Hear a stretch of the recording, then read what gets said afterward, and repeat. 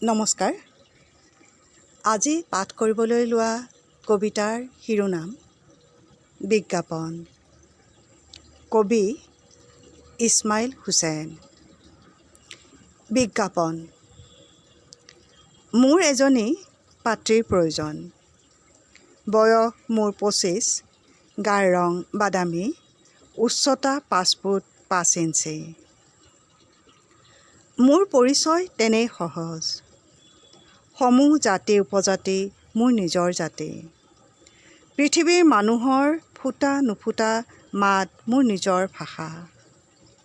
মোৰ ঠিকনা কয়াকুছি, জিলা বৰপেটা। নদীৰ পাৰত মোৰ সৰু এটি ঘৰ। পাত্ৰীজনীও হ'ব পাৰে শুকুলা, বাদামী অথবা ক'লা।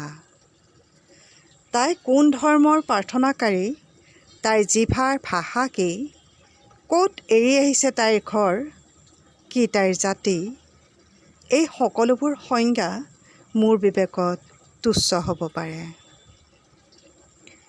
তাইৰ সতে সহবাসৰ নিশাত নুসুধো তাইৰ সতীত্বৰ কথা।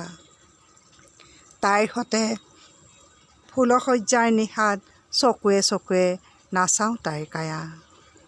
কাৰণ ইয়াত জাতি ধৰ্মৰ নামত ধৰ্ষিতা হয় মোৰ মা। হিংসাৰ জুয়ে পুৰে তাইৰ সমস্ত মুখ, বিবস্ত্ৰ হয় গা।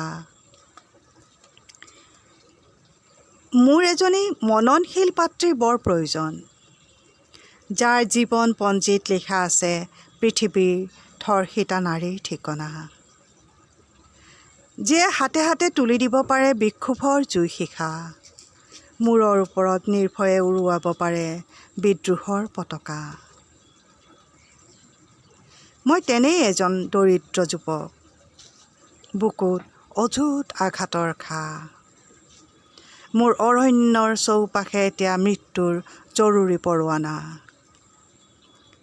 মোৰ এজনী বিশ্বস্ত পাত্ৰীৰ একান্ত প্ৰয়োজন, যাৰ বুকুৰ চন পৰা পথাৰতো শস্যৰ উল্লাস।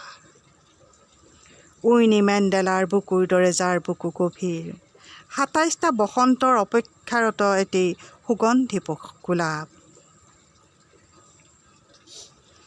আৰু 2টা বসন্তৰ অন্তত মোৰ বয়স হ'ব 27। ঋতুৰ সেমেকা পলসতো বুকুত অনুভৱ কৰিছোঁ চৰম উত্তাপ। মোৰ ঘৰৰ চৌদিশে জান্তৱ ক্ষুধাৰ অৱক্ষয়ী উৎসৱ। মোৰ এজনী আদৰ্শ পাত্ৰীৰ একান্ত প্ৰয়োজন, যিয়ে মানুহৰ কঠিন যাত্ৰাটো মোৰ সতে হ'ব পাৰে দুৰ্গম বাটৰ বিশ্বাসী সহচৰ। ধন্যবাদ।